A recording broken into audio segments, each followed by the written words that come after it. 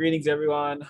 Welcome to The Body Keeps the Score, Brain, Mind, and Body, and the Healing of Trauma by Bessel van de Kolk, MD. This is part 11 of our study.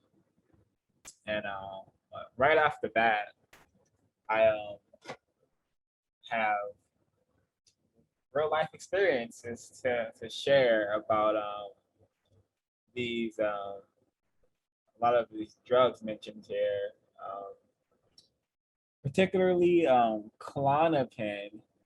I remember there was a health emergency, I guess some sort of mental health emergency I experienced in college, and I remember getting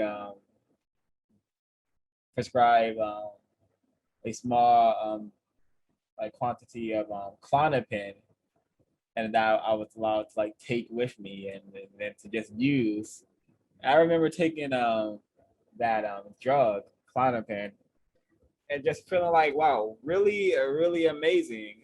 I was like, wow, I hope I can get some more of this eventually, because I was really enjoying how the drug was able to, just calm me down. I thought it was really a nice feeling, um, but definitely experiencing that allows me to understand how these drugs can be quite addictive. And yeah, fortunately, I was not given any more, but yeah, that that's something I had to share. Very and I think it's somewhere around the 3 minute mark. Something I wanted to listen to really briefly, because I think it can be decoded. Of pleasure and motivation. Antipsychotic medications such as Risperdal, Abilify, or Seroquel can significantly dampen the emotional brain and thus make patients less skittish or enraged. But they also may interfere with being able to appreciate subtle signals of pleasure, danger, or satisfaction. They also cause weight gain, increase the chance of developing diabetes, and make patients physically inert, which is likely to further increase their sensation of alienation. These drugs are widely used to treat abused children who are inappropriately diagnosed with bipolar disorder or mood dysregulation disorder. More than 500,000 children and adolescents in America are now taking antipsychotic drugs, which may calm them down but also interfere with learning age-appropriate skills and developing friendships with other children. A Columbia University study recently found that prescriptions of antipsychotic drugs for privately insured 2 to 5-year-olds have doubled between 2000 and 2007. Only 40% of them had received a proper mental health assessment. Until it lost its patent, the pharmaceutical company Johnson & Johnson doled out Lego blocks stamped with the word Risperdal for the waiting rooms of child psychiatrists. Children from low-income families are 4 times as likely as the privately insured to receive antipsychotic medicines. Okay, so after we learn how there's so many non-constructive effects of these medications, it's revealed that children from low-income families are the group of people given the most from of these medications, right? And the term low income is a code word.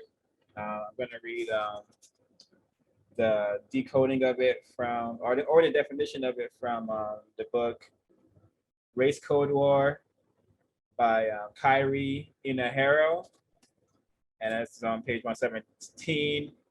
But this is his definition of low income people, area, or community.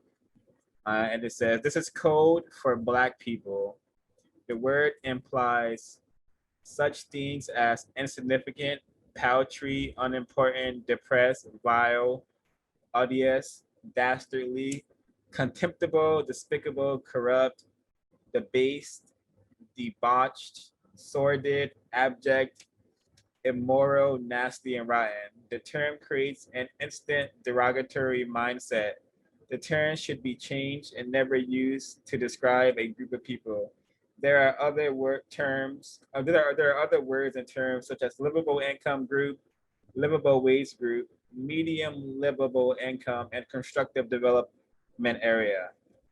So this is just one of the many ways the white supremacists know how to talk about Black people and reveal that this is targeted towards the Blacks more, the non-white people more, especially Black people more.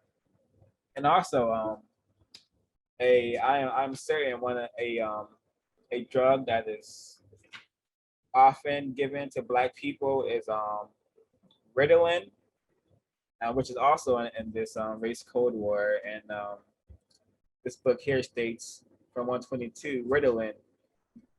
This is code for Black children with emotional and hyperactivity problems.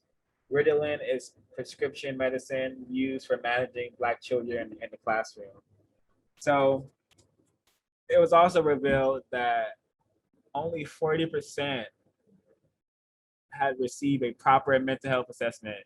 So it's not even guaranteed that these children, probably non-white children, should even be receiving medication or drugs, but they definitely are being given them, as these numbers here state. So definitely, I think a practice of racism and white supremacy, a continuation of the sabotaging of the um, of non-white people, especially Black people, especially while they're young.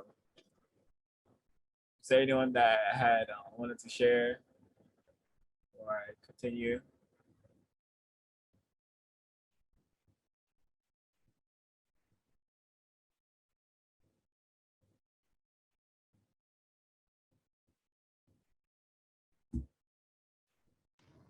Um, I have something on that section as well. I'm just looking through my notes. Oh, here it is. Also, at the beginning of this section, it talked a lot about how, like, just the reason for providing these drugs to individuals. When they do say low income, that is the first thing I think about is Black communities. But also, it talks about the effects that these drugs have, which is like similar to like alcohol or can be in replace of those. One of the things I thought about too when you mentioned right now is what's that called when kids are hyper? Why can I not think of the word right now? They almost like put this label on kids Like nowadays and they say, ADD. thank you, yes, like ADD. This is like so huge that almost every kid has ADD, every single kid, Yeah. especially within like Black communities. And they use this as a way to say like, oh, you need to be on like some sort of medication, you're acting out in class, but no one really asks them like, why are you basically like this way? Other than just being a kid, because kids are active. That's just how kids are. I was active when I was a kid, but I didn't have ADHD. But I think it's just like um almost like not like taking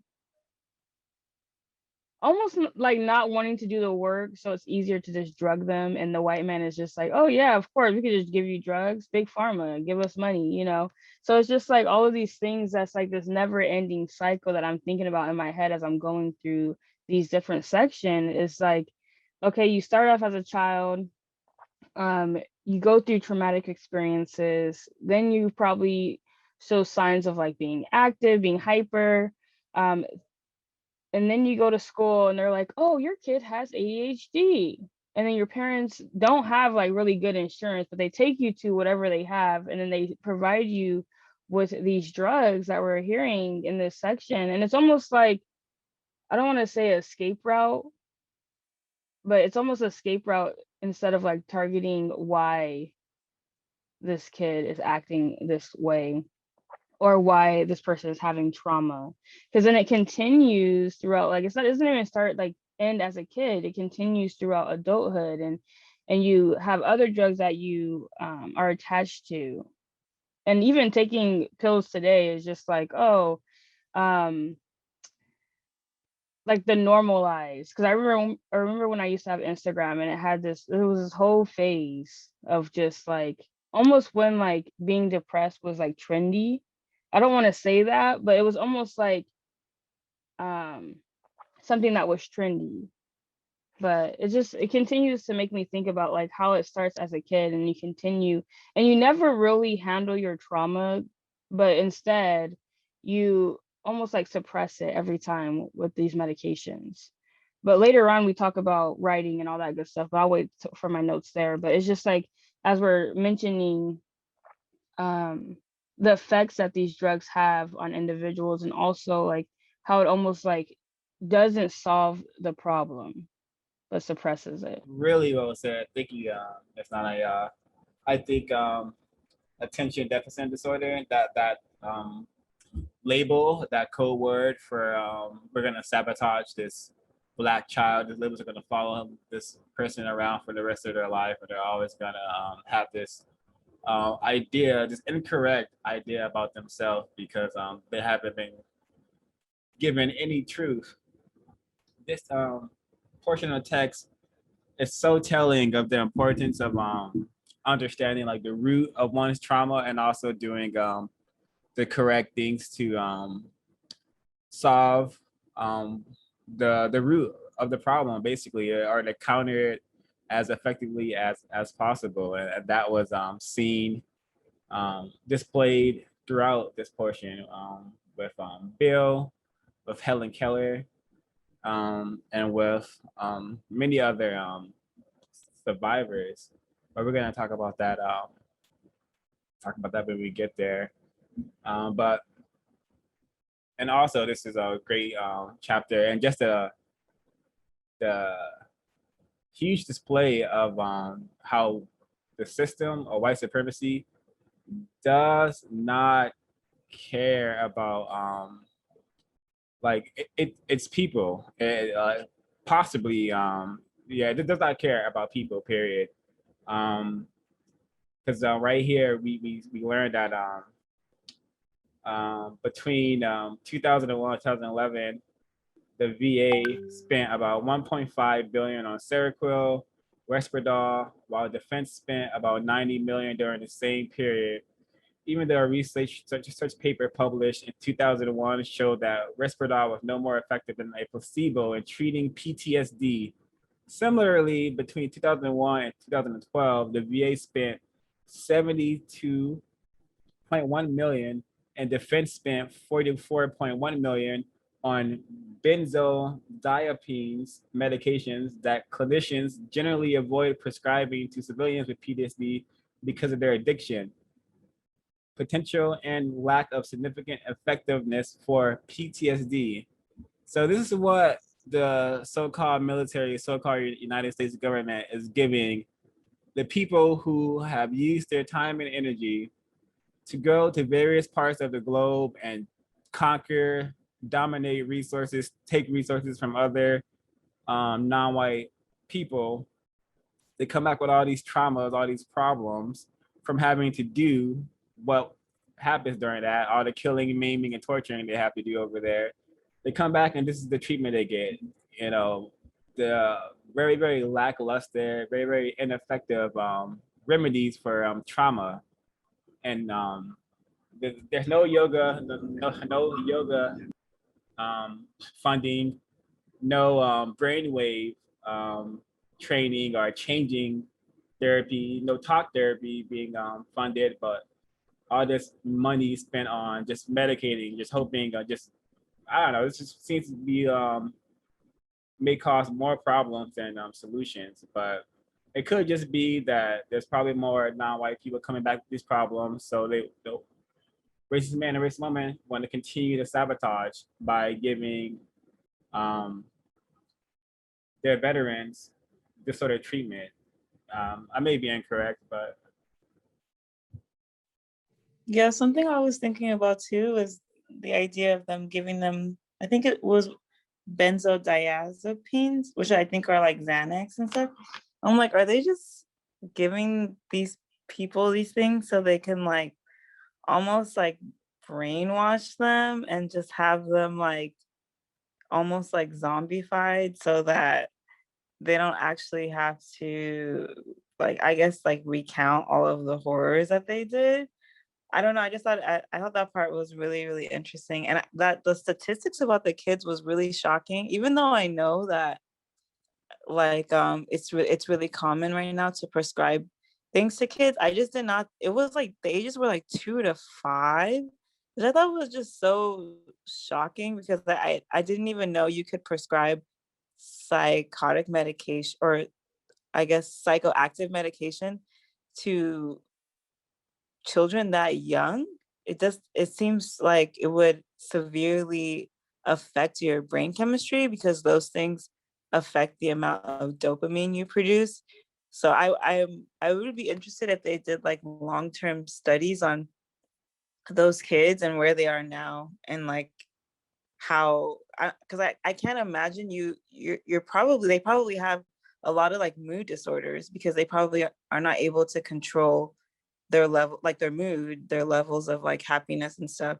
And another thing I'm wondering too is like, don't these medications affect your liver and stuff, especially when you're a child? You're having to filter out all of these things through your liver and kidneys. So I thought that was really interesting, is when people take medication, like how does that affect other parts of your body? I think the clip you said, it talked about how you can get diabetes and things like that too. So yeah, I just thought that was really interesting. wow. See, I didn't even have that perspective. Thank you for sharing. Definitely could be a way to prevent what happens in what the racist man and racist woman call their wars and their conflict. What happens over there? They're giving people medication that prevents them from being able to recall, having large memory problems. Definitely, it could be a tactic. I had something from the 6 minute mark I wanted to discuss. I may have talked about it already, but just to be thorough, I'm gonna play it. The same period, even though a research paper published in 2001 showed that Risperdal was no more effective than a placebo in treating PTSD. Okay, yeah, so it was just the veterans.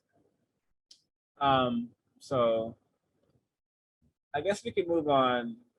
Well, yeah, I want to talk about Bill. Oh, can I say one more thing too? Sorry. Please do. I just thought, you know, the thing about how they had those they had the Risperdal or something. I don't know if it was Risperdal actually, but they had like the ads in the kids waiting rooms, in the like kids like psychiatric waiting rooms. It reminds me of what's that company? The Sacklers, the ones who got everyone addicted to opiates, because they were the ones who came up with the whole like pain scale. Like they came up, like when you go to the doctor and it says like, what's your pain scale from like 1 to 10? Like it was actually made by those opioid companies to get people to like rate their pain and to be able to get more prescriptions for pain medication.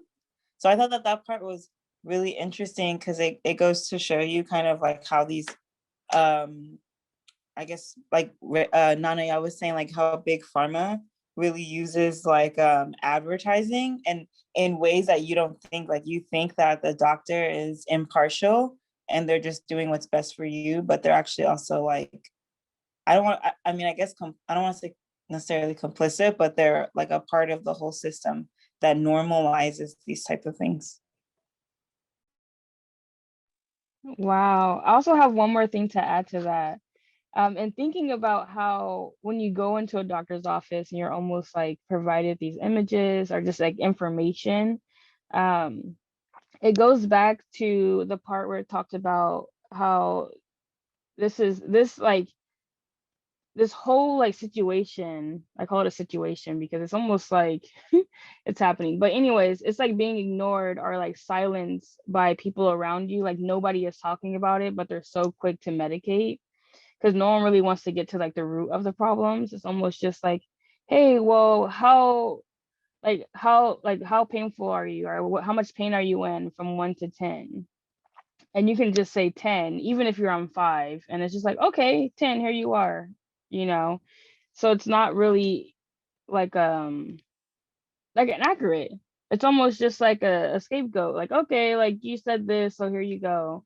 But it's like you've been conditioned to say these things because you want a certain outcome, or you feel a certain way or whatever it is. So on my thing I had I have media pushing agenda, just medicate.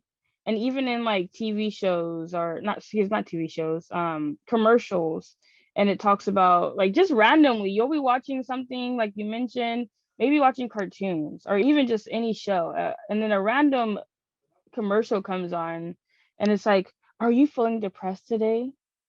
Take this, call this number, you know. But it's just like one of those things where you're not really processing it because you're just like, oh, okay, like maybe I am sad today, but I don't like, you don't know the differentiation between like being depressed or just being sad or going through like an emotional thing. So it's just like really the miseducation of things, or just like not properly being educated in this realm, and almost just like, well, someone told me I'm this, so I'm gonna take this.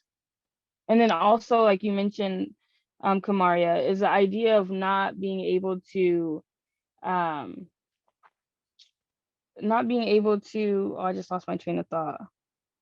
Oh, okay, the side effects like later on though. It's like, okay, we can medicate you now, but what happens like 10 years from now, or 5 years from now, or even like 3 years? Like, let's be real, like 1 year, like what's the side effects that you receive? And no one really thinks about these things. It's kind of just like, well, what's going to help me right in this situation? And then also like how you get addicted to things. That's one of the things I kept thinking about, is being addicted to like this feeling, and you continuously take it even if you don't feel the feeling that you had before.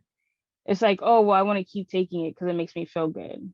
And then this leads to other drugs, and then it continues like this cycle of not really targeting the trauma that you're experiencing or have experienced, but just like suppressing it, as I mentioned before, and saying, hey, I'm going to just do this because they're telling me to do this and it makes me feel good.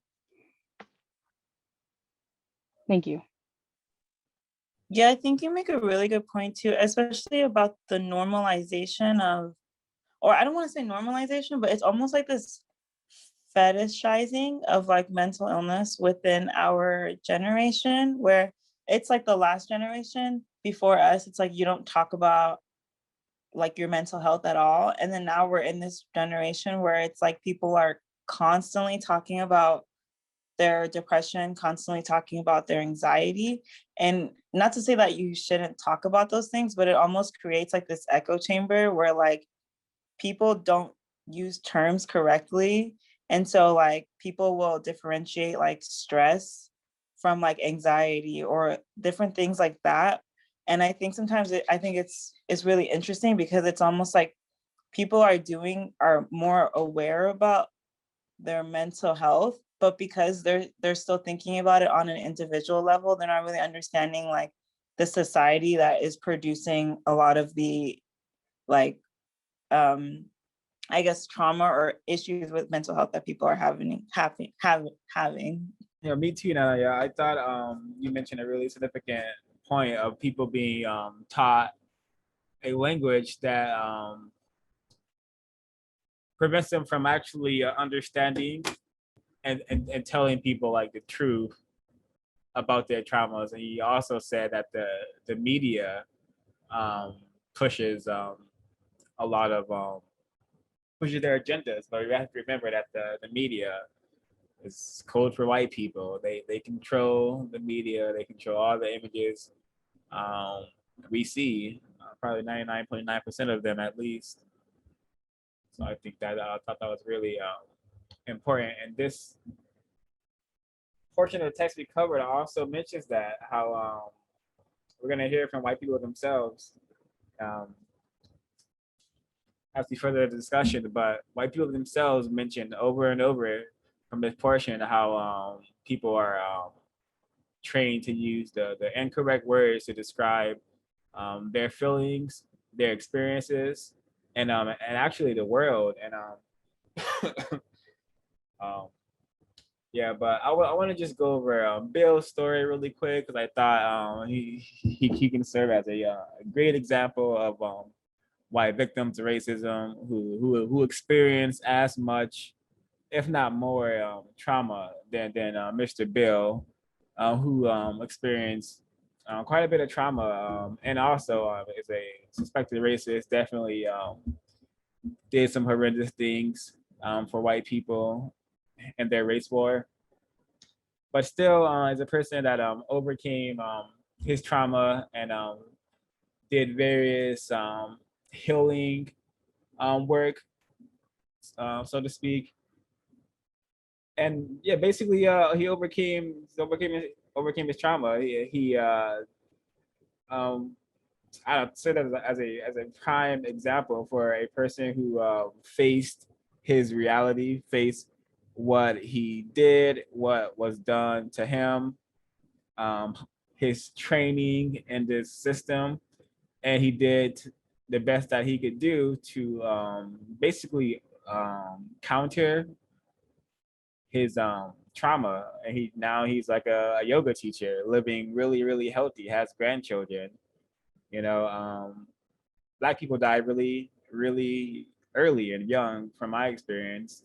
So if we can all just face our traumas, our horrendous experiences of the past, like Bill did, then we can do a lot to have more time and energy to solve this problem.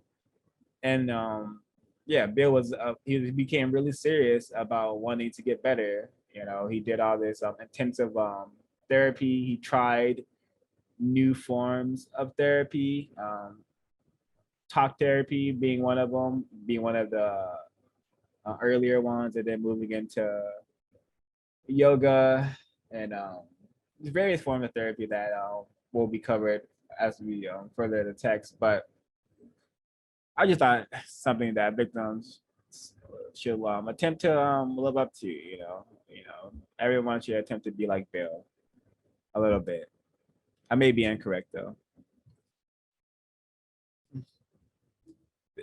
Others have notes they wanted to share. It doesn't have to be about this particular portion. It can be about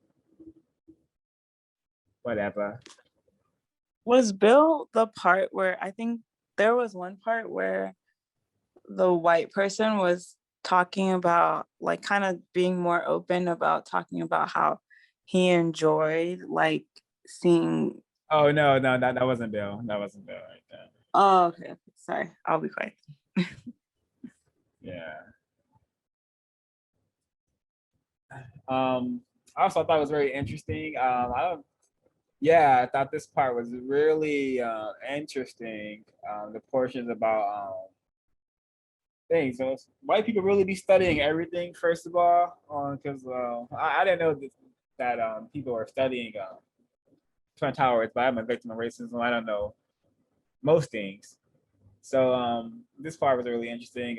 Dr. Spencer, he conducted a survey of 225 people who had escaped from the Twin Towers and asked what had been most helpful in overcoming the effects of their experience. The survivors credited acupuncture, massage, yoga, and EMDR in that order. Among rescue workers, massages were particularly popular. Um, yeah, I think this is really important because earlier in the text, touch therapy was also mentioned as a way of people getting comfortable being in their body and their skin. I suspect many victims of racism are not comfortable in their body and their skin, which is why they try to alter their bodies and add things to their body that they don't need. So and also I have experience of doing a little bit of massage therapy. Took a class on it, and I think it's very constructive. And uh,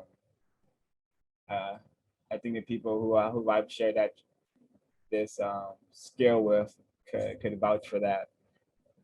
So many forms of therapy that can be employed by victims of racism, and just like the people from Twin Towers, you know. But I thought this part right here was really important. I think I may have I think it's much more hitting if people hear a white person say it other than me. So I think I time coded it at 15 minutes, hopefully. Why analytic talk therapy? Since Manhattan is one of the last bastions of Freudian psychoanalysis, it would have been bad politics to exclude a substantial proportion of local mental health practitioners. Why CBT? Because behavioral treatment can be broken down into concrete steps and manualized into uniform protocols, recommended to compare how well a variety of different approaches would work. My colleagues were more conservative, and after lengthy deliberations, the committees recommended only two forms of treatment: psychoanalytically oriented therapy and cognitive behavioral therapy. Why analytic talk therapy? Since Manhattan is one of the last bastions of Freudian psychoanalysis, I can't find it exactly, but a white person said this. Everyone, this was said by a white person, and the question, the question is, what good is it to talk about your trauma? And to expound on this question, what good is it to talk about the trauma created by the system of racism and white supremacy? What good is it to talk about being a victim to the system of racism and white supremacy? And this text definitely serves a plethora of excellent reasons, black excellent reasons, even to talk about the problem, because the most important one is that no problem gets solved without being aware of it, and without thinking about it. Also, that's also important. Thinking about the problem and time to think about the problem as well is super important. But I'll just throw that question out there, and then I'll let the text answer for us. Would anyone like to share? Anyone had any thoughts arise? Did anyone else feel like the code book is like similar to like cognitive behavioral therapy, and then like ISIS papers is similar to like psychoanalysis? I just thought that was interesting that he said that you need a combination of both. Yep, I totally agree. When I read on the Helen Keller story that was mentioned in this text, when I saw that, I was like, wow, that's just like me. When I discovered like the system of white supremacy, like what to call this thing I've been tackling since I've become a little bit less confused about what I wanted to do on this planet. Ever since discovering like a name to call it and discovering like my cosmic responsibility, that has definitely like awoken something, like just like Helen Keller said, awoken something in my soul, I believe. So I definitely agree, and this is not the first time I've heard that these texts are some sort of cognitive behavior therapy one can do on themselves if they truly study it and attempt to apply it.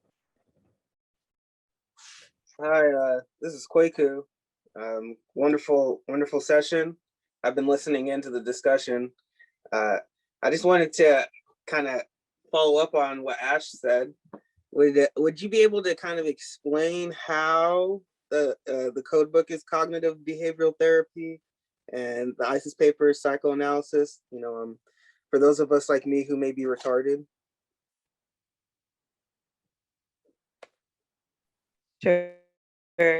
So like cognitive behavioral therapy, this is from my understanding, is basically you want to be able to change your habits and change the way that you respond to certain stimuli by coming up with like almost like a code, or coming up with ways to act and see something.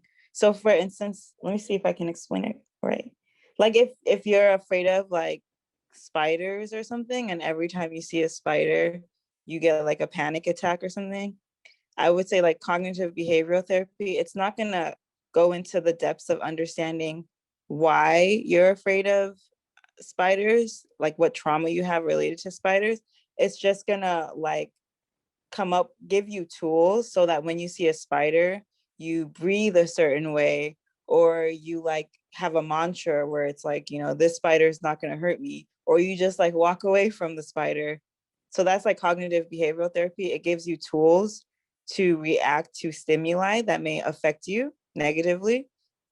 And this is what my understanding is. And then psychoanalysis is more like getting to the root.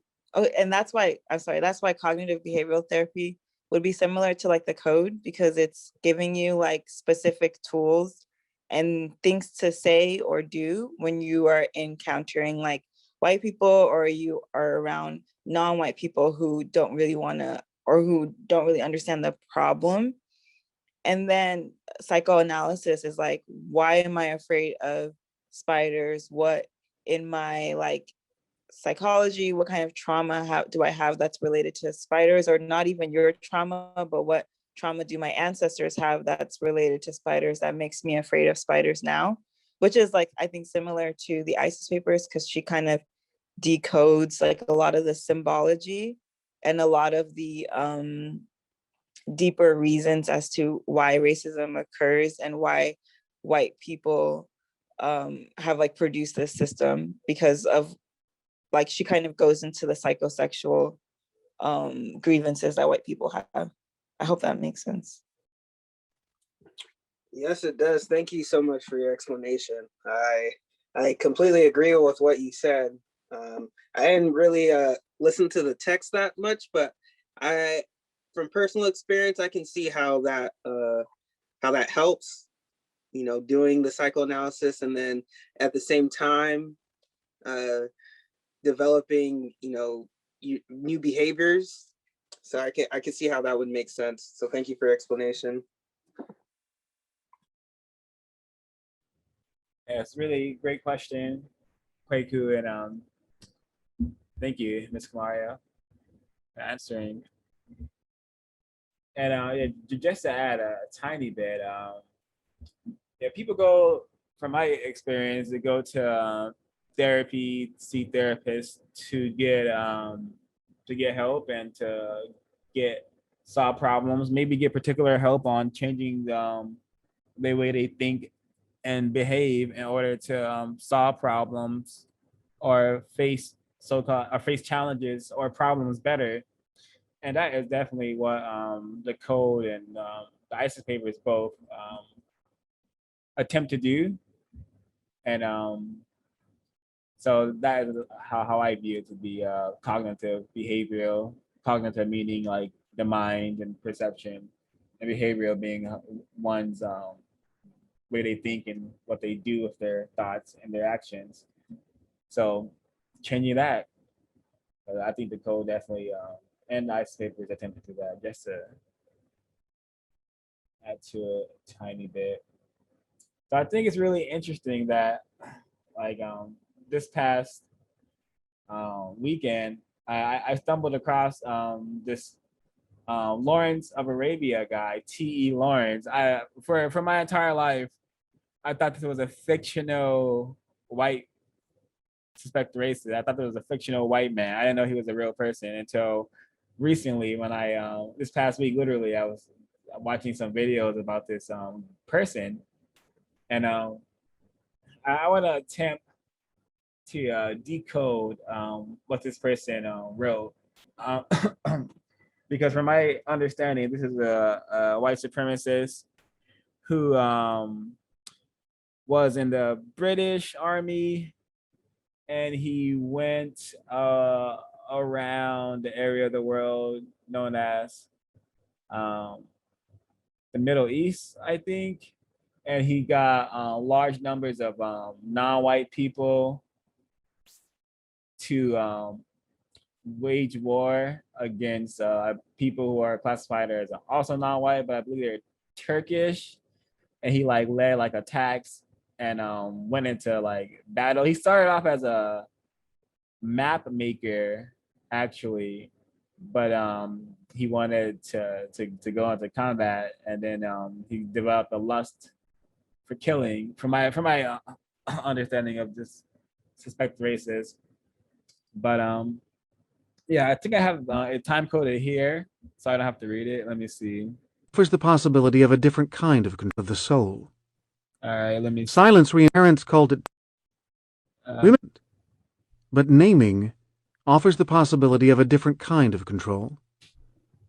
When Adam was put in charge of the animal kingdom in the book of Genesis, his first act was to.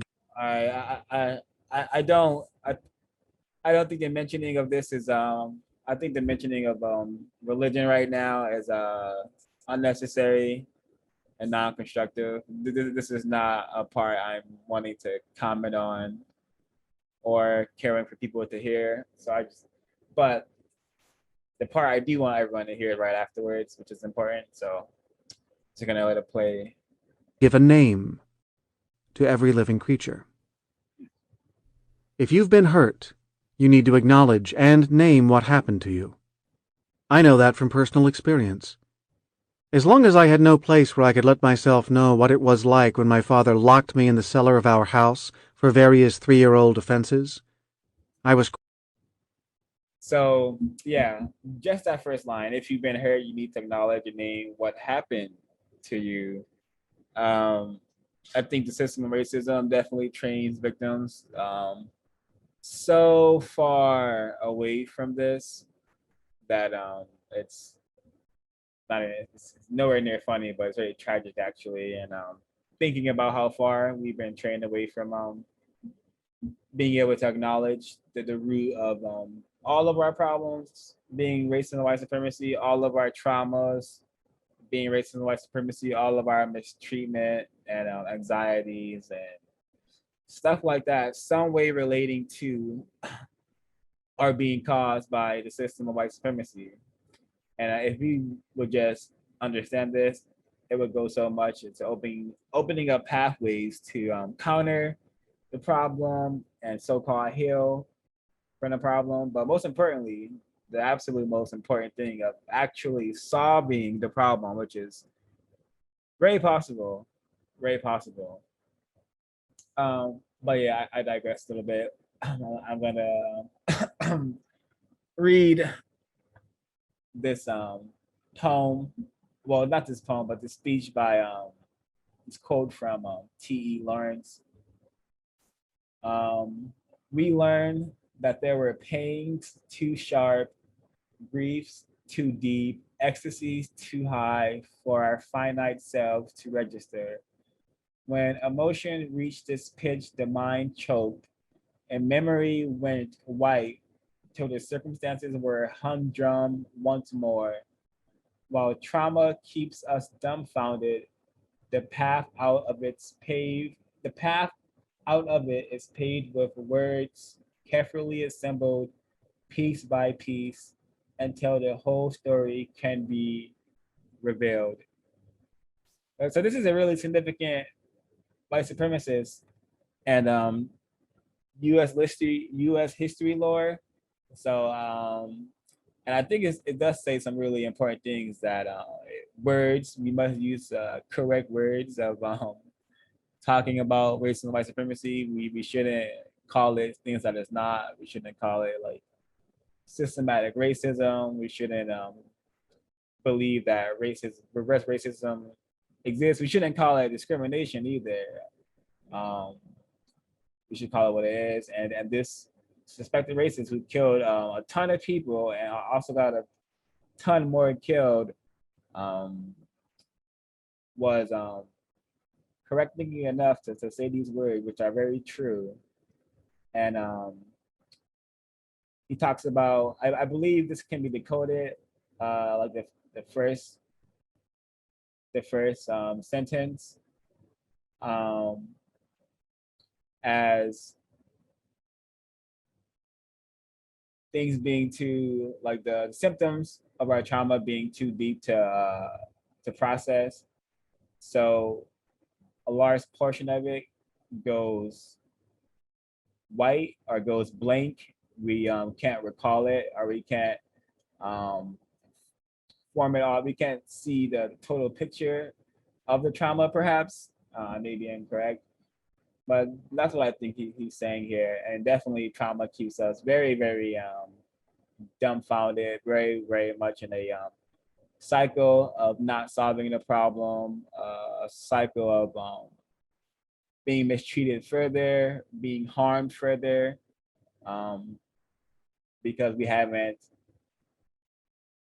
formed correct words to talk about the problem, talk about the whole story, perhaps the system, the total system dedicated to cause our trauma, to create the trauma, to make sure the trauma is there forever. But that's my attempt to decode this. I may be incorrect. I think it may make sense. Was there anything others wanted to share? Yeah, it reminds me too. I think there was a part in the book where he said, like, if people who experience trauma, even like there was a study and they use like less words, or they have the capacity to use less words because a lot of words like stress them out or something. Or and it also, he also said something about like, I forgot what it was, but it was something that on the line, on the vein of like their minds are almost like more primitive. Not their minds are primitive, but the way that they respond to certain things. I don't know. But it just reminded me of the code. And I forgot exactly what he said, but it just reminded me of the code. And yeah, that's it. This is Kwaku again. Hello. Could it be that, because I missed this part, but using more words confuses people? I found in my experience that one reason why I struggle to speak often is because of all the words running through my head or not finding the correct words, rather than trying to use as minimal words as possible. And oftentimes that does stress me out and leaves me silent. I'm not sure what the point, what he was trying to say with this, but I can see how words have power, and when people are unsure or unclear about the words being used or what they mean, how that will leave them confused and stressed out. I just wanted to add that. Yeah, Kamara, I'm sure the part you're referencing is the part about writing, where when people are writing and writing about like traumatic experiences, their writing looks more childlike and primitive, because just possibly due to the stress of recounting those traumas for the first time, or those experiences for the first time. And actually, there's actually images attached to that. Yeah, this portion is really significant. The writing to yourself. Um, yeah, I guess this is an example maybe, but yeah, I definitely got what you were referencing to. Yeah, I guess because it's still on topic. This portion right here that states, if patients who present in such dramatically different states are treated as fakes, or if they are told to stop showing their unpredictably annoying parts, they are likely to become mute. they probably will continue to seek help, but after they have been silenced, they become transmit they will transmit their cries for help by not talking but by acting, with suicide attempts, depression, and rage attacks. And this is what has happened to the collective of non-white people, victims of racism. Basically, we definitely kill ourselves the most. We have definitely been prevented, censored, and victimized and brutalized and terrorized to a point where we don't want to talk about the race problem, white supremacy, racism, the race war that white people are waging against us. And for the most part, our collective has become mute, and this is why the insanity that has been trained in us remains successful, because of the trauma. I suspect it's because of the trauma we have experienced, and due to the constant victimization and terrorization we experience. And and currently there's very little places to even attempt to seek help from the system of white supremacy. I think probably none that exists. But this is what we're up against, and this is what must be known to truly attempt to solve the problem, just by changing our thought, speech, and behavior. Millions of behaviors that we can stop doing. Are there others that had things to share? Okay, no worries. I'm gonna play another portion if the software operates with me. Hi, this is Helen B. I wanted to say something real quick. Oh, please do. Yeah, I just wanted to say how I find the cow how I find what you call it. I find Fridays with the cows, workplace racism, very therapeutic because we get to talk about our experiences. See that right there, an example of the therapy that could be simply by talking about what we experience under the system of white supremacy. And I equate that to veterans talking about their experiences on the war field, on the battlefield, because as the code says, as the word guy says, every victim of racism is a veteran in a war. So very therapeutic to sit around and share war stories for certain, and not just to talk about them, but to bring solutions, attempted problem solving as well. So thanks for Yeah, I sharing. have I one think that's thing. a good point. Oh, go ahead, Nania. Oh no, go ahead, Ash. Oh, I was gonna say, I think that's a great point that Helen B said, and it reminds me of, I think, what O5 just read, something about if like people don't acknowledge what you're going through or something, you no longer react like with talking about it, you react by physically doing things. And so I think like, yeah, like having workplace racism is really important, because you could be like, there's a lot of times where I didn't even realize that certain things were like acts of racism until I was like, I got to like, or I thought it was, but then someone else was like, no, like you're overthinking it and stuff. And so who knows like how that kind of like manifests in other ways. So it's like really important to have those type of spaces.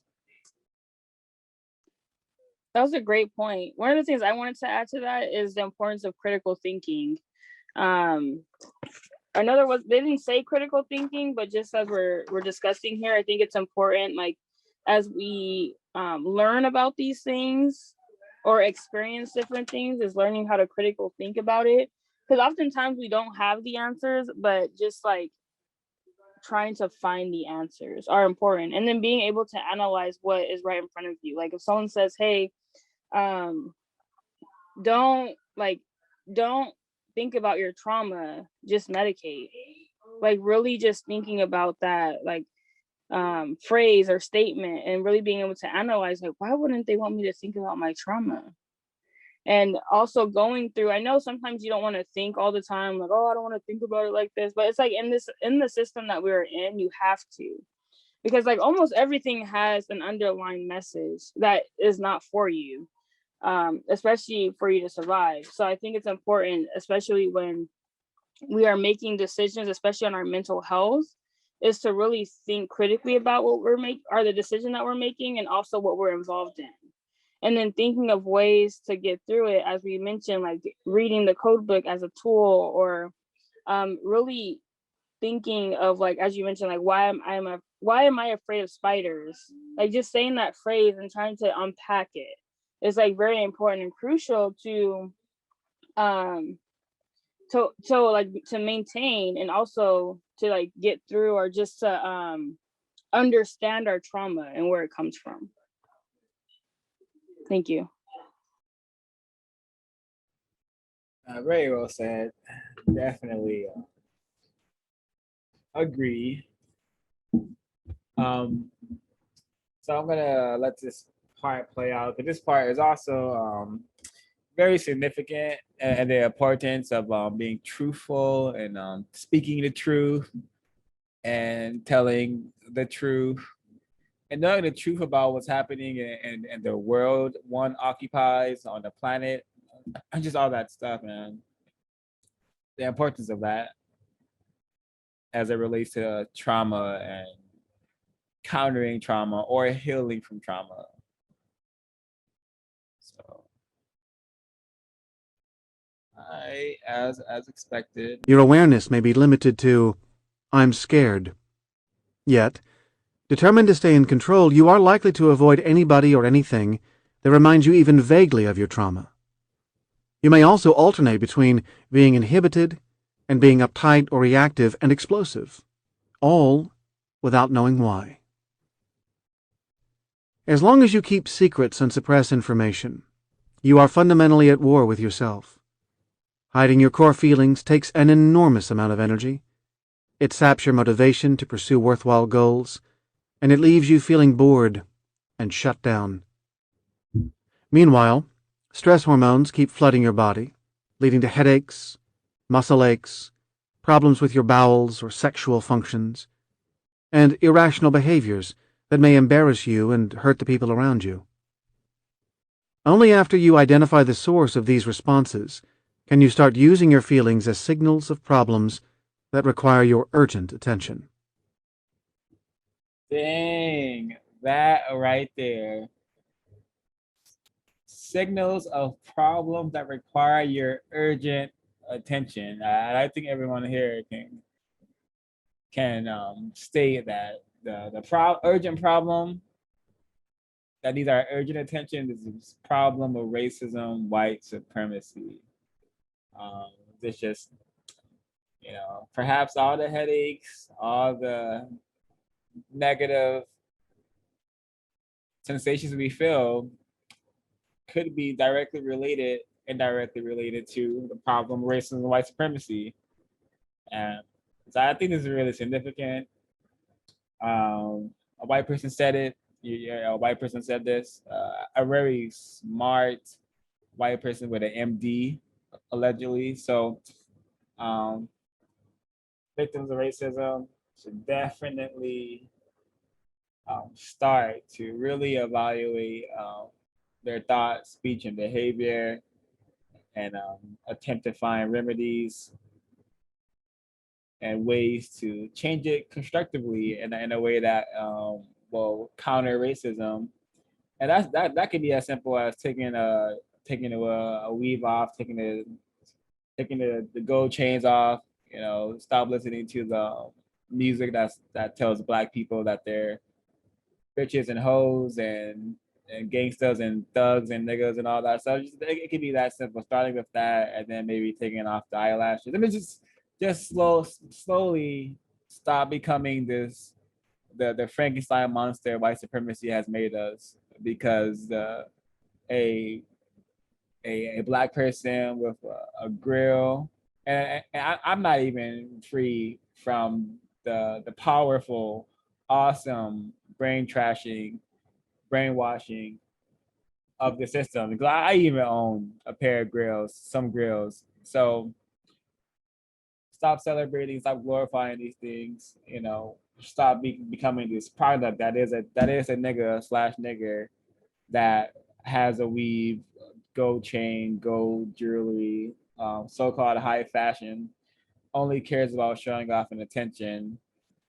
Stop being this monster, and then we could do that. That could do so much to retard the system, disrupt the system, because when there's no longer a nigga or a nigger, when there's more serious thinking, correct thinking, especially Black people, then the system will have to do some refining, and by that time, we will already know what is happening, and we will be aware that the only solution is a system of justice or killing all the non-white people.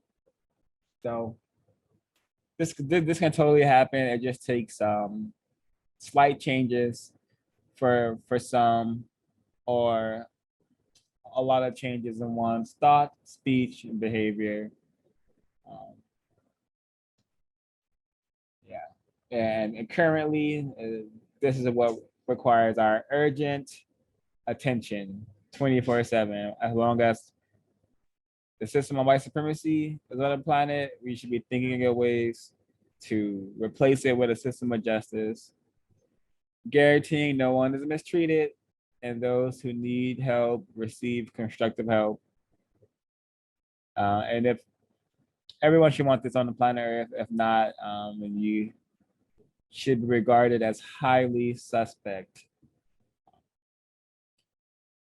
But yeah.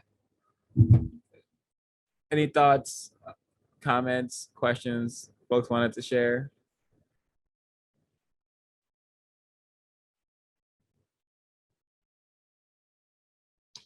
Well, I think this here is also very telling, can be decoded as what is the current state of victims of racism. And it says here, but symptoms of PTSD often include statements like, I feel dead inside, I will never be able to feel normal emotions again, I have permanently changed for the worse, I feel like an object, not like a person, I have no future, and I feel like I don't know myself anymore. This is what the system of white supremacy does to people, especially non-white people. So if you want this to end, we must begin to counter the problem, alleviate. Attempting to counter the problem is a way to alleviate one's mental problems, physical problems that the race problem creates. Maybe I think this book actually states that I'm correct about that. You know, trying to solve your problems that cause your trauma is a great way to begin a healing path, so to speak. So yeah, this is a part that Miss Kamaria was talking about earlier. I think is really telling, not telling, but can be decoding quite interestingly. So we have Vietnam veteran Carl Marlantes grapples with his memories of belonging to a brilliantly effective Marine combat unit and confronts the terrible split he discovered inside himself. For years, I was unaware of the need to heal that split, and there was no one after I returned to point this out to me. Why did I assume there was only one person inside me? There's a part of me that just loves maiming, killing, and torturing. There's a part of me. This part of me isn't all of me. I have other elements that are indeed just the opposite of which I am proud. So am I a killer? No, but part of me is. Am I a torturer? No, but part of me is. Do I feel horror and sadness when I read in the newspapers of a abused child? Yes. But am I fascinated? Words from a suspected white supremacist. But I think it's very telling to the kind of society we live in. Why can't we live in a society where people want to create a person or a identity that the entire person is a correct thinking person. No part of that person is a killer or torturer, because what world or society needs a killer or a torturer? Perhaps the system of white supremacy needs those people and needs those behaviors, but a correct thinking world, a correct thinking planet, a planet of justice does not need a torturer or a killer. I think this is very telling of the insane programming we are attempting to counter here. And is this and how far does this go? Is this should I suspect this killing personality, this killing nature, this torturer nature? Should I suspect this in all white people? I don't know, but I think a we should begin thinking about creating a world where no person is split into various parts that are neither a killer or a torturer, just correct thinking individual who wants to do constructive things for constructive results, solving problems without creating more problems. That is very simple. We don't need torturers or killers or people who are potentially fascinated by child abuse, you know. But these are things that will continue as long as we have a system of white supremacy on planet Earth. But you know, there's many things that can motivate and should motivate people to want to solve this problem ASAP. But it is an awesome force that has done a number on society. Case in point, 2021, right now, this second.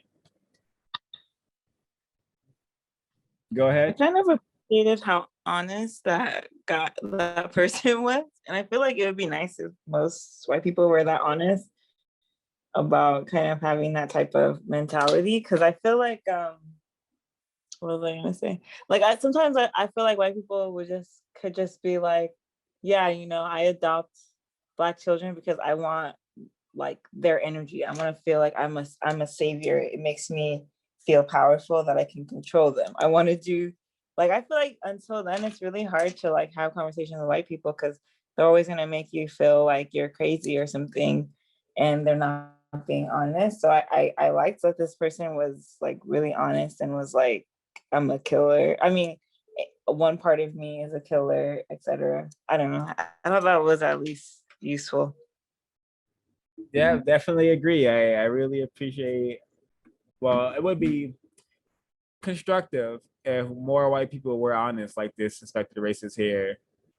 Would be very constructive for victims, and it would also help victims understand that white people shouldn't be suspected of practicing racism in the form of killing or torturing or raping children. You know, that we should suspect white people of practicing racism in many ways, not just simple mistreatment or sophisticated mistreatment and preventing us from housing and um, justice, but horrendous forms of racism, like I just mentioned. So if we had more honest white people, we would have more correct thinking victims. So I think they can't allow that. um, but it would be nice. Well, now it would have been nice. We'll be constructive and correct. Yeah, I wanted to add, this is Kwaku again. I also agree with that statement. One thing that I've noticed is I didn't really understand before the effects of white people being so dishonest. I also thought, oh, maybe they're just unaware, but I am completely convinced that white people, more than anybody, are aware of racism, and they often lie about it. Even from the discussions we had with white people in the book club.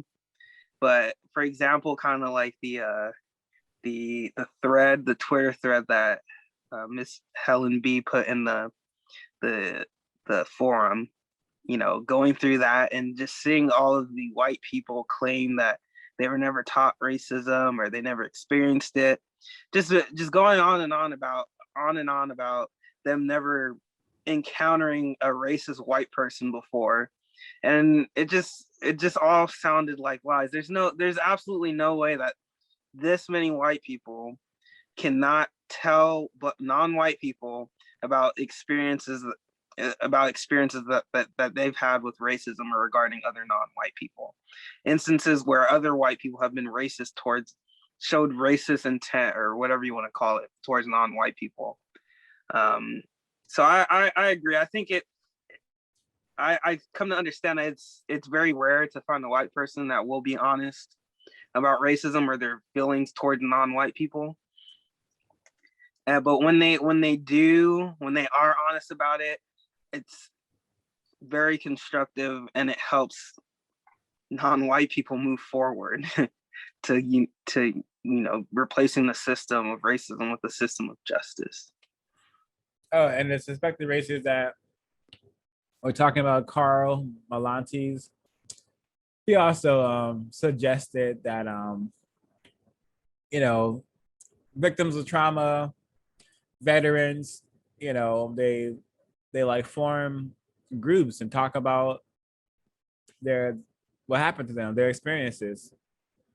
So, victims of racism should find ways of talking about racism and white supremacy with other victims. That could be very constructive of us all understanding racism was white supremacy, what it is and how it works, and what can we do to replace it with the system of justice. So, as Kwaku just said, when white people tell the truth, or attempt to tell the truth, it can be very constructive, because I think he is correct about veterans and people who have experienced traumas. Talking about it could do constructive work. Yeah, I wanted to comment on the book in general. One thing that I think this book does well is it explains trauma and the relationship it has, the effects it has on us mentally and physically. A lot of talk has come up about trauma in general, and it's how it affects us. But one thing that I'm kind of searching for in this book, and I know I probably will never get it, is how can I better link trauma and racism to people. I think that could be a really important, I guess, avenue, or a really great way to get more non-white people to recognize and acknowledge racism and the effect that it has on their lives, by being able to link racism and trauma together. But still, I think today many non-white people will admit that they experience trauma or have experienced traumatic events, but won't put the blame on racism and the white supremacists who orchestrate those events. So that's something that I've kind of been looking for a solution to kind of better help non-white people to understand that these things aren't happening just because you're a person. These things are happening to you because you are a victim of racism. These things are not supposed to be happening. These things are not correct. But in a system of racism and white supremacy, not a system of racism, white supremacy, these things are expected to happen in large amounts, especially to the non-white people. Black people of the planet. So that's just something that I'm still searching for with this book. I know this book won't give it to me, but so just wanted to share that comment on that. Yeah, that's why it's up to us. It's our duty to decode this book, because I honestly, when I'm reading this, I decode these victims of trauma as just non-white people. They are treated like non-white people. They experience things that, from my experience, mostly non-white people experience. The only difference is non-white people don't get the constructive help. But when they're talking about like symptoms and all the negative effects of trauma, automatically my thought is that, oh yeah, that's this is about victims of racism. This is what happens to victims of racism. This is why victims of racism should want to understand and work on their trauma, because this is them. So I'm already decoding this book as and giving it context to the system, because the author most certainly won't do that link at all. So it's our, I believe it's our duty to do that. And also, yeah. So, Also, Joy, you should probably look into Joy DeGruy, because she does a lot of work on that. Like or her books are on trauma, specifically generational trauma for Black people. Yep. So Helen Keller, even though, even though blind, deaf, and once dumb, still a suspected racist, but her story really significant to me. I think, yeah, here he is.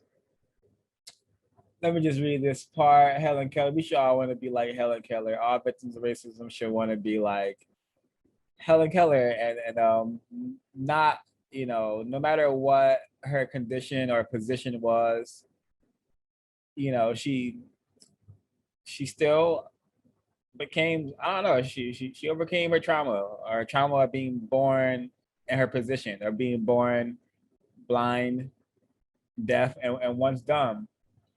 But once she was met with information that allowed her to begin to understand that she was living in a world, allow her to understand what kind of world she lived in, she just thrived and did what she had to do, as Helen Keller.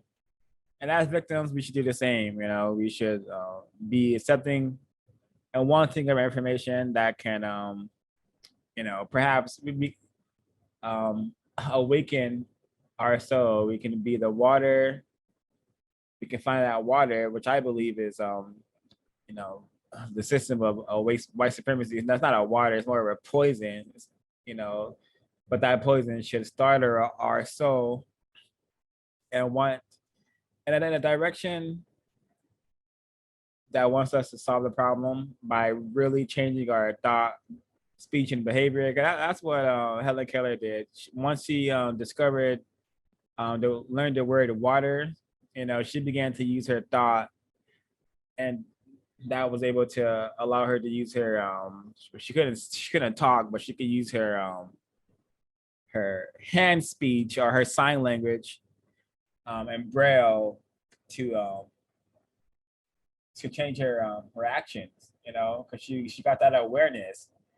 She was able to connect the dots finally, that she was living in like a world, some sort of a system that had like laws and rules and like physics and stuff going on that she could understand. And that's how we need to be. So just like, I'm just gonna read it. Helen, even though it's been on the screen for quite a while, Helen later recalled that moment in the story of my life. Water, that word started my soul, and it awoke full of the spirit of the morning. Until that day, my mind had been like a darkened chamber, waiting for words to enter and light the lamp, which is thought. I learned a great many words that day. Same as me, When I learned about racism, I also learned about the words white supremacy, So very much similar to my understanding. And also very important, Helen's discovery of language with the help of Anne Sullivan captures the essence of a therapeutic relationship, finding words where words were absent before, and as a result, being able to share your deepest pain and deepest feelings with another human being. This is one of the most profound experiences we can have, as such resonance in which heretofore unspoken words can be discovered, uttered, and received. It is fundamental to healing the isolation of trauma, especially if other people in our lives have ignored or silenced us. Communicating fully is the opposite of being traumatized. Wow. So this is like um more this text, this author reminds us constantly of the of people being ignored or silenced, and I think that's because he wants to point out how detrimental that is to a person and dealing with their trauma. It is to be silenced or prevented from speaking about your trauma. But this passage here definitely,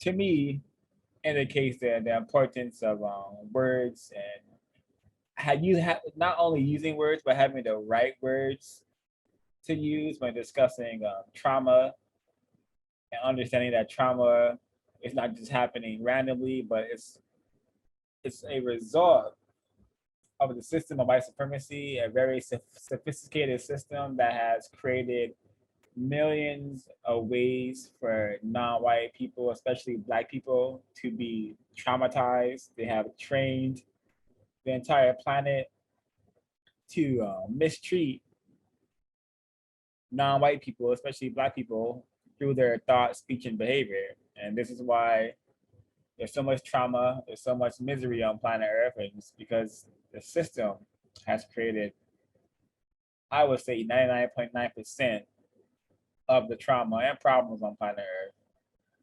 So we should want to be like Helen Keller. We should take the tools given to us, the tools being words in this instance, the words being white supremacy, racism, and using those words to solve the problem, to counter our trauma by being truthful with what's happening and truthful with what needs to happen. And what needs to happen is white people need to stop practicing racism and help us produce a system of justice or kill all of us. It's very simple. We don't need to study rocket science. We don't need to, even though it's been said that solving this problem is harder than rocket science. I like to look at it as being a simple solution. If a correct thinking person should want justice, if not, highly suspect. That's my code. Um, let me see if there's any comments folks wanted to share.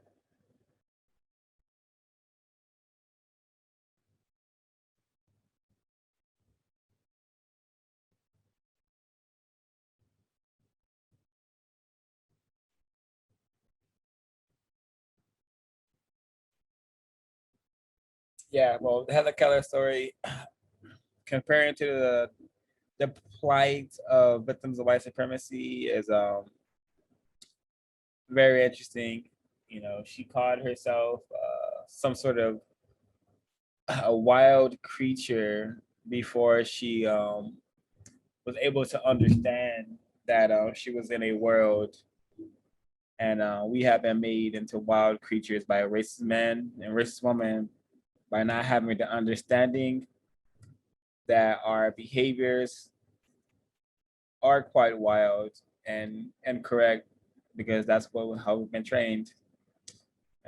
Nothing so-called civilized about twerking or going or just a whole lifestyle of going to a club, clubbing, all that silly stuff as far as training is programming. So you should want to be like Helen Keller and receive constructive information and use it constructively, which is what she did. She became a really successful suspected racist. But we're not striving for success, we're striving to solve a problem. I did have some more audio. Let me see. I thought this part is pretty significant. Let's see if I can get it.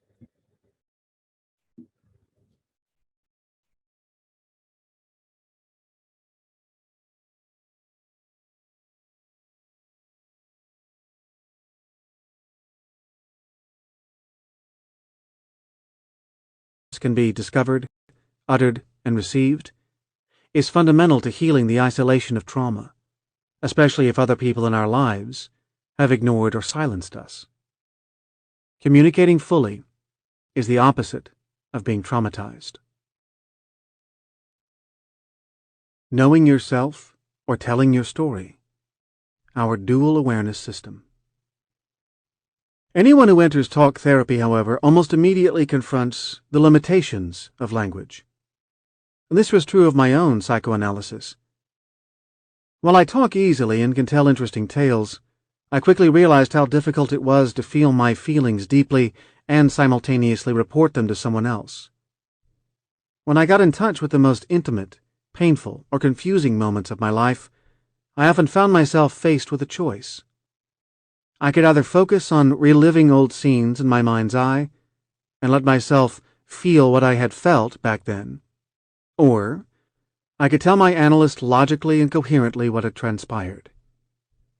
When I chose the latter, I would quickly lose touch with myself and start to focus on his opinion of what I was telling him.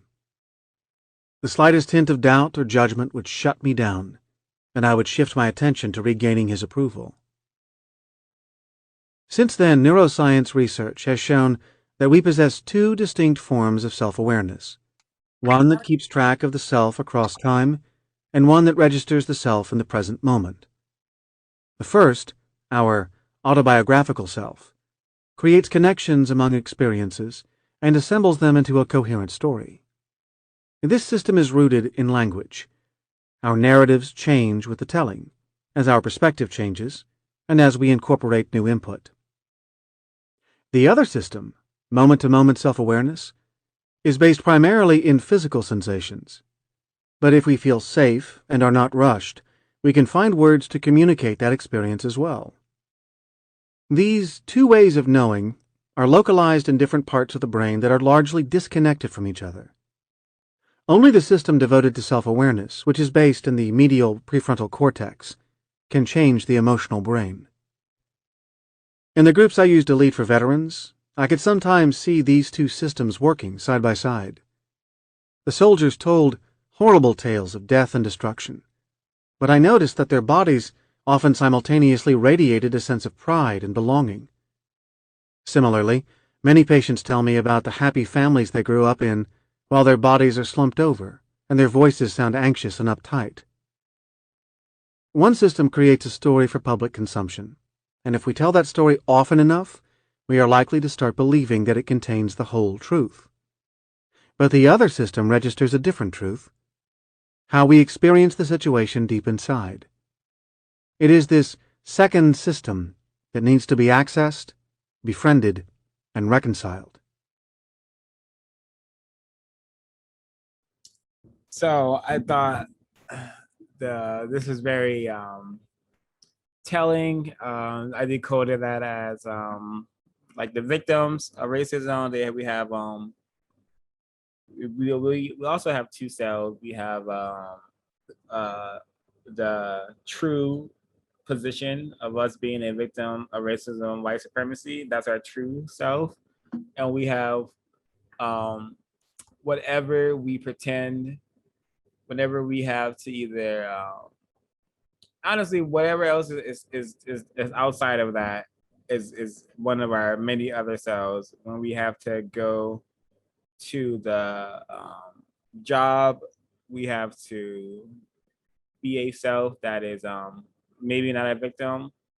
But for the most part, many victims like to just pretend that they're not victims. So we have the true victim self and the pretending not to be a victim self, like calling oneself a man or a woman, or thinking that racism, white supremacy is not something in need of our urgent attention.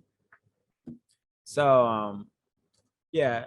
And so what needs to be done is that we need to, get in touch, or get in contact, get in awareness of our true selves as being a victim, and allow that status, that position, that true self to begin to help us to be more constructive selves. Um, Maybe incorrect. Um, I'm definitely not a brain scientist or mind scientist, so, and definitely a victim of racism, so maybe incorrect. I think, are there other folks who would like to share notes, or should we wrap up early today? I don't have any additional notes. Yeah, I don't have any. I think the only thing I was going to bring up was the part about the writing, how I thought it was interesting how people found it easier to express themselves through writing. And it reminds me of, like, even I do this, where it's easier for me to text someone how I feel about something compared to like telling them in person. And it also just reminded me how so many people post a lot of personal stuff about what they're going through, but like will not relay that same information with like the people they live with and stuff. So I thought that was interesting, the whole idea about writing. Yeah, agreed. Just there's so much that was said um, involving writing. I'm gonna play that. Then I'm gonna share a couple of some final notes. Yeah, let me play that. I think that's around this time code. I think it's really important to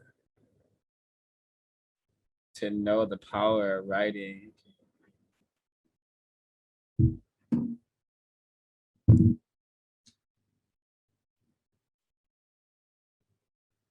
Were surprising truths.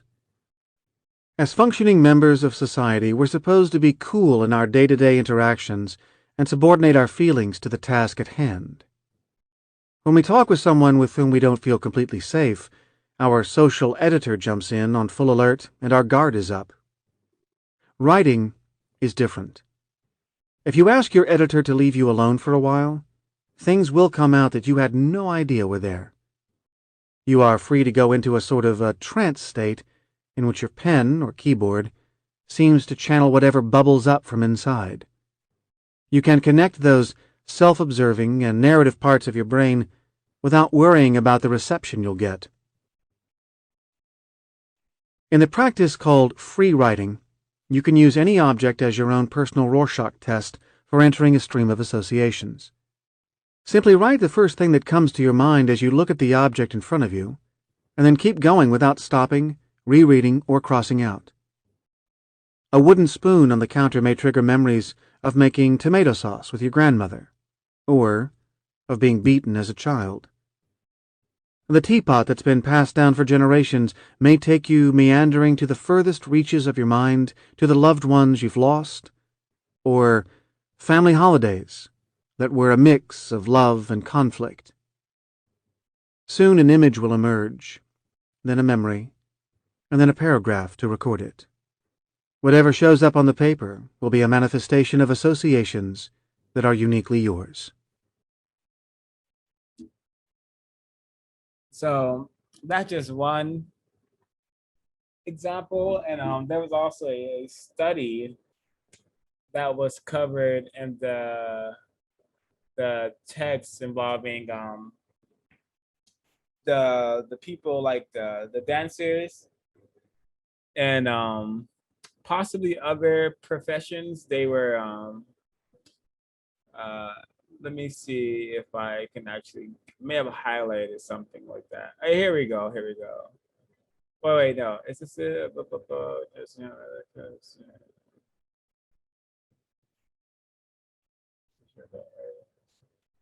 oh, okay, yeah. So there's a study done and the so I have a note that not writing about the problem, not talking about the problem, not thinking about the problem, uh, keeps Black people's blood pressure high. And I think this text definitely can solidify that because Black people rarely talk about the truth about what's going on around them. So it comes with a lot of stress of hiding that truth. So this is why we have higher rates of blood pressure and hypertension and whatever is negative mental, whatever stress sicknesses happen are mostly found amongst Black people because we do not talk about the truth. So there was here goes. So there was the team then compared the number of visits to the students' home. All right. Writing about their deepest thoughts and feelings about traumas had improved their mood and resulted in a more optimistic attitude and better physical health.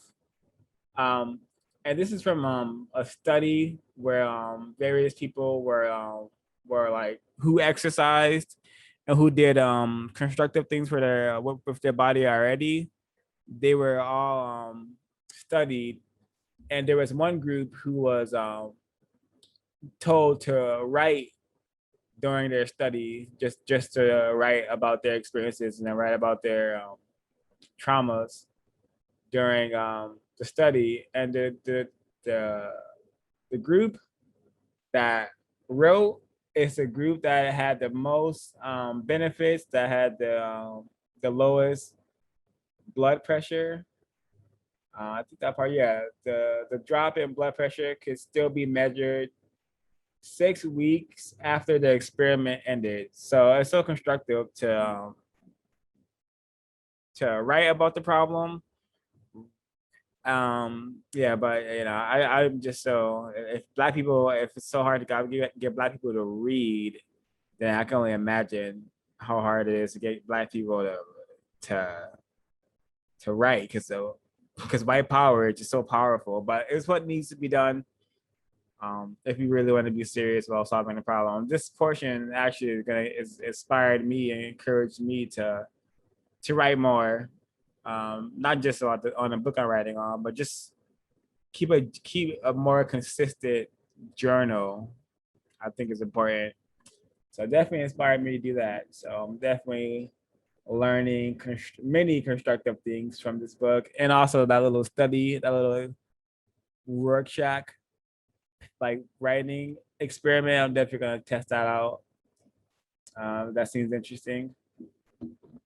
But my final note, because I don't want to just be blabbing on all day. So my final share will be this. Hannah Baker started off with a healthy respect for the importance of inhibition, of keeping things to yourself, which he viewed as the glue of civilization. But he also assumed that people pay a price for trying to suppress being aware of the elephant in the room. Now, for folks less confused about racism and white supremacy, they can definitely decode what's being said here. But for folks who can, I'll definitely do that for you. So, not talking about white supremacy, racism is how the system stays in place, stays refined. It's how racism stays hidden and plain sight. Because you see racism every day, 24/7. You literally see it every day, but we don't talk about it. We've been trained so well to not talk about the elephant in the room.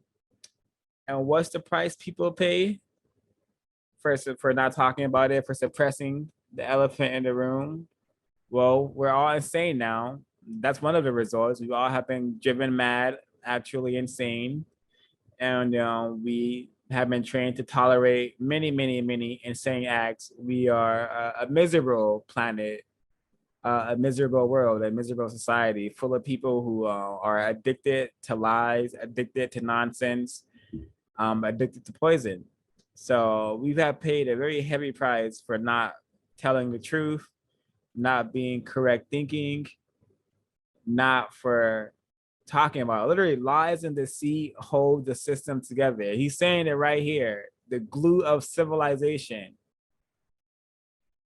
You know, keeping things to yourself. The glue of civilization. Keeping your mistreatment private. Not letting other people know that you're a victim and you need constructive help. So this is really telling. Yeah. Maybe I'll open up for closing comments.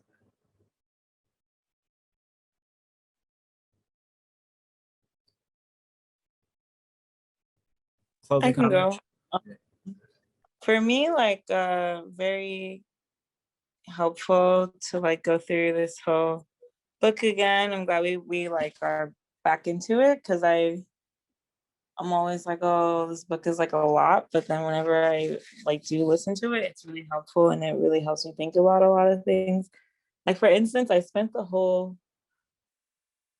like last weekend at my family, or my survival unit's house, and I really felt like, or my attempted parents' house, and I really felt so stressed the whole time. And after listening to what O5 was talking about, it just reminds me of how like not being able to constructively talk about the problem, because when I'm there, when I try to talk about the problem, it's often just like shut down. And so not being able to constructively talk about the problem really messes up your head, like really causes like a lot of, not just like mess up your head, but messes your physical body as well. And it just produces a lot of stress. And I didn't even realize until listening to what O5 said and the excerpt from the book that that's why going to my family's or my attempted parents' houses causes me, or dwelling causes me so much stress, because I'm not able to constructively talk about the problem. So again, I'm always like leaving these meetings with something new. So yeah, that's it. And then for me, just to close out, I think it's just being more conscious about so basically just being more conscious about the things like around me, and also like seeing, because that's a great thing that you mentioned, Ash, is like really seeing like what causes stress. Because sometimes I'll be like, oh, I'm stressed, or like not even saying it, but like feeling stressed, but not being able to target like, why am I stressed in this particular situation, or why am I feeling this emotion in this particular situation, or like if someone asks me a question, like where is this emotion deriving from, you know? So it's just like really consciously thinking about my feelings, and like getting to the bottom, as I mentioned like earlier about critical thinking, and thinking why I feel a certain way, but also like using this time to analyze the things around me, like because I never really saw going into a doctor's office like the signs on the walls or like the pictures on the wall. So really thinking about those too, and like just walking around in society and seeing like what is really being portrayed and pushed upon us. So I think this is definitely has opened up my eyes a lot to like just looking around, especially for media and just in like everyday life, and then seeing just different images that even may just trigger emotions. I might just go to the store and then feel stressed. But why do I feel stressed? Is it because I'm at the store, or is it because I saw these different images, or what is exactly like triggering these things? Thank you for the discussion. Thank you for very, very thoughtful and constructive closing, Miss Nanaya, Miss Kamaria. And wow, Nanaya, what you said about how you're able to see, you're just seeing more, and that is the importance of reading and learning, because not the same, like white people are really on their job, master code talkers, master at hiding racism in plain sight. What you said just allowed me to just decode like the cross, you know, the medical sign is a cross in there, and also the gun has a crosshair. The target is often a cross. So 20, like literally all things are reminding them directly or indirectly, consciously or subconsciously, to stay on their job, to stay practicing white supremacy, to keep dominating non-white people. And we must be able to decode the world around us so we can know what kind of danger we are in, and that there's an urgent problem needing solving. The problem of racism, white supremacy. Mr. Ray 1/0, I don't know if you're available to give a check-in, but would you like to? I mean, not a check-in, a closing comment. I'm sorry. I made an error. I'm not sorry. I made an error. Can I be heard? Yes, sir. This was the first time that I tuned in on this particular subject, so I did a lot of observing today. Not very much to report. I did hear a lot of constructive information. I did want to add, since we're in the 9th area of activity with the code, I just received today the U.S. Army Guerrilla Warfare Handbook, and they go over raids and ambushes, communication, psychological operations, demolition, counterintelligence, mining, and sniping. So hopefully before the next reading, I'll have notes to share with everyone. But that's all for now. Oh, wow, that seems like a very constructive document that we should cover. Yeah. We should cover. Can we read that? Or where did you get that? Because I would love to read that. That sounds really constructive. I purchased it off Amazon, but it is distributed by the Department of the Army, and they have other handbooks from other branches of the military that I'm going to get into as well. Is it a lengthy text? One moment, let me check. It is 264 pages, so not that big at all. Definitely too big to scan, it seems, or take pictures of the pages. Yeah, so hopefully we get our hands on a PDF, but looking forward to the notes you bring, to any notes you that arise from your reading of it before the code study. Again, thanks everyone for participating in this meeting. I do believe victims of racism are extremely traumatized people, and instead of focusing so much of being extremely traumatized, we should understand how the trauma has occurred and what needs to be done about the trauma. I think this book give so much constructive information on and ways to remedy the problem, but most importantly, a disturbing, hopefully awakening example of why people should want to produce a system of justice ASAP, immediately. Like we should all be wanting this tomorrow, today, actually, right now. But I'll end it there.